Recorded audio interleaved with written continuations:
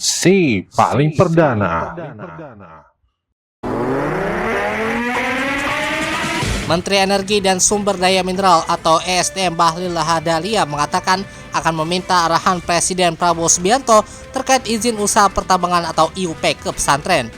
Ketua Umum Partai Golkar ini mengatakan bahwa izin kelola tambang hingga saat ini belum sampai ke ranah pesantren. Menurutnya, izin kelola tambang baru mencakup ranah organisasi kemasyarakatan atau ormas keagamaan sebagaimana diatur dalam Undang-Undang Pertambangan Mineral dan Batubara atau Minerba. Informasi faktual dan terkini selengkapnya akan hadir dalam DMP in the Morning hari ini.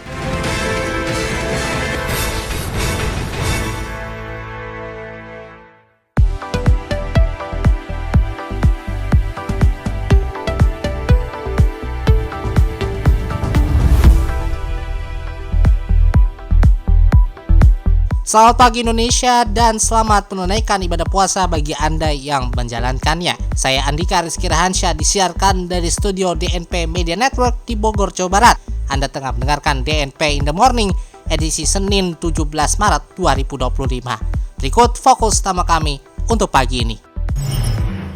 Rapat pembahasan RUU TNI lanjut digelar di DPR hari ini. Ketua PDIP Sumatera Utara sampaikan partainya dukung pemerintahan Prabowo tanpa sebut Gibran. Serta dari dunia olahraga, Pelita Jaya Jakarta menang atas Prawira Harum Bandung 83-66.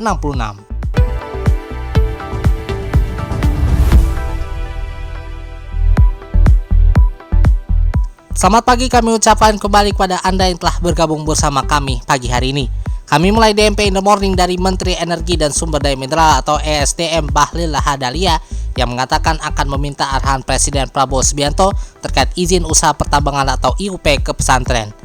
Ketua Umum Partai Golkar ini mengatakan bahwa izin kelola tambang belum sampai ke ranah pesantren.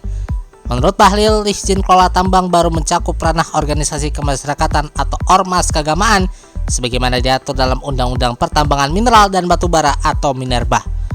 Ia menambahkan pemerintah juga sudah menandatangani izin kelola tambang pada ormas keagamaan yakni Nahdlatul Ulama.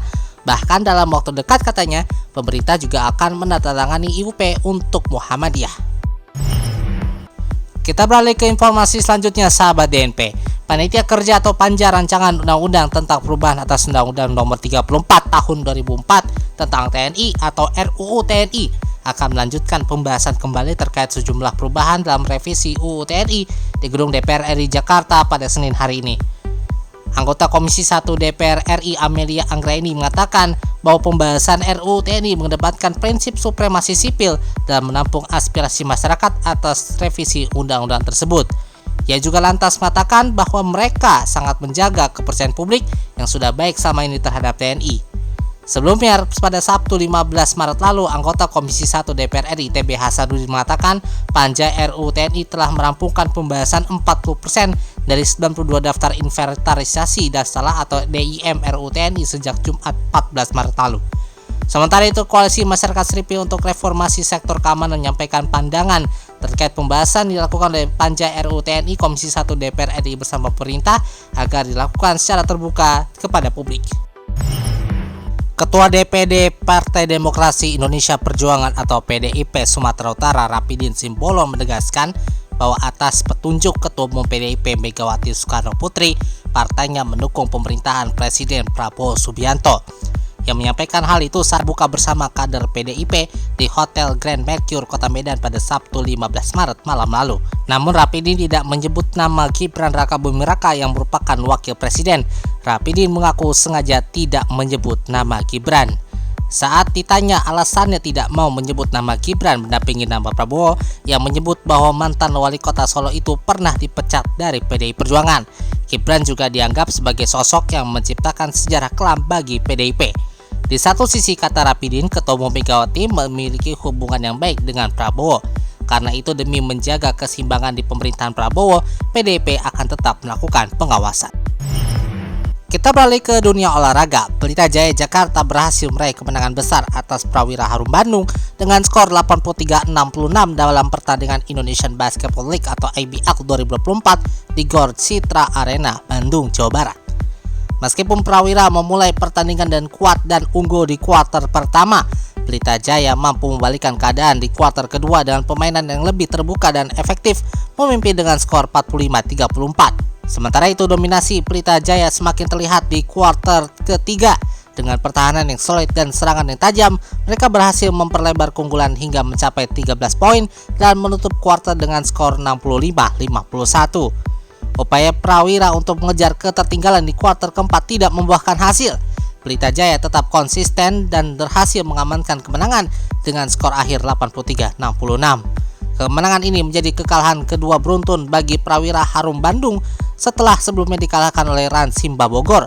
Sementara Pelita Jaya Jakarta semakin memperkokoh posisinya di IBL 2024. Kita beralih ke dunia internasional. Sekitar 20.000 warga Filipina menggelar demonstrasi di Davao City untuk menuntut pembebasan mantan Presiden Rodrigo Duterte yang saat ini dihadiri di Pengadilan Kriminal Internasional atau ICC atas tuduhan kejahatan terhadap kemanusiaan terkait perang melawan narkoba. Para pendukung Duterte yang juga merayakan ulang tahun ke-88 Davao City meneriakan yel-yel meminta kepulangan sang mantan presiden yang kini mencalonkan diri kembali sebagai wali kota Davao setelah ditangkap di Bandara Internasional Manila dan diangkut ke Den Haag, Belanda. Duterte yang dituduh bertanggung jawab atas ribuan pembunuhan di luar hukum telah muncul di hadapan ICC melalui tautan video untuk sidang awal, dan putrinya, Wakil Presiden Filipina Sara Duterte, meyakinkan para pendukung bahwa semuanya akan baik-baik saja.